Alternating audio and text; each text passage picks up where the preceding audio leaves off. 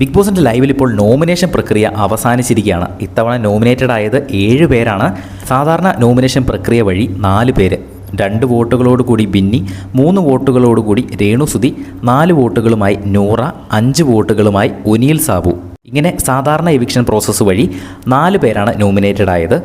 അതുകൂടാതെ ലാലേട്ടൻ ഡയറക്റ്റായിട്ട് തന്നെ ആര്യനെ നോമിനേറ്റ് ചെയ്തുകൊണ്ട് ആര്യനും നോമിനേഷൻ ലിസ്റ്റിലുണ്ട്. മാത്രമല്ല ഇത്തവണ സ്വേച്ഛാധിപതികൾക്ക് ഒരു പ്രത്യേക അധികാരം കൊടുത്തിരുന്നു. അവർക്ക് ഓരോരുത്തർക്കും ഓരോ ആൾക്കാരെ വീതം നോമിനേറ്റ് ചെയ്യാമെന്ന് പറഞ്ഞിരുന്നു. അങ്ങനെ ജിസേൽ ആദിലേനെ നോമിനേറ്റ് ചെയ്യുന്നു, നെവിൻ അഭിലാഷിനെയും നോമിനേറ്റ് ചെയ്യുന്നു.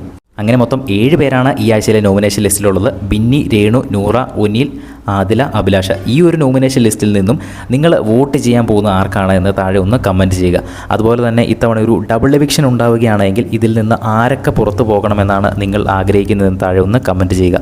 എല്ലാ ദിവസവും ആദ്യം തന്നെ പ്രൊമോ അപ്ഡേറ്റ് ലഭിക്കുന്നതിനായിട്ട് നമ്മുടെ ചാനൽ ഒന്ന് സബ്സ്ക്രൈബ് ചെയ്യുക. വീഡിയോ ഇഷ്ടപ്പെട്ടാലൊന്ന് ലൈക്ക് ചെയ്യുക.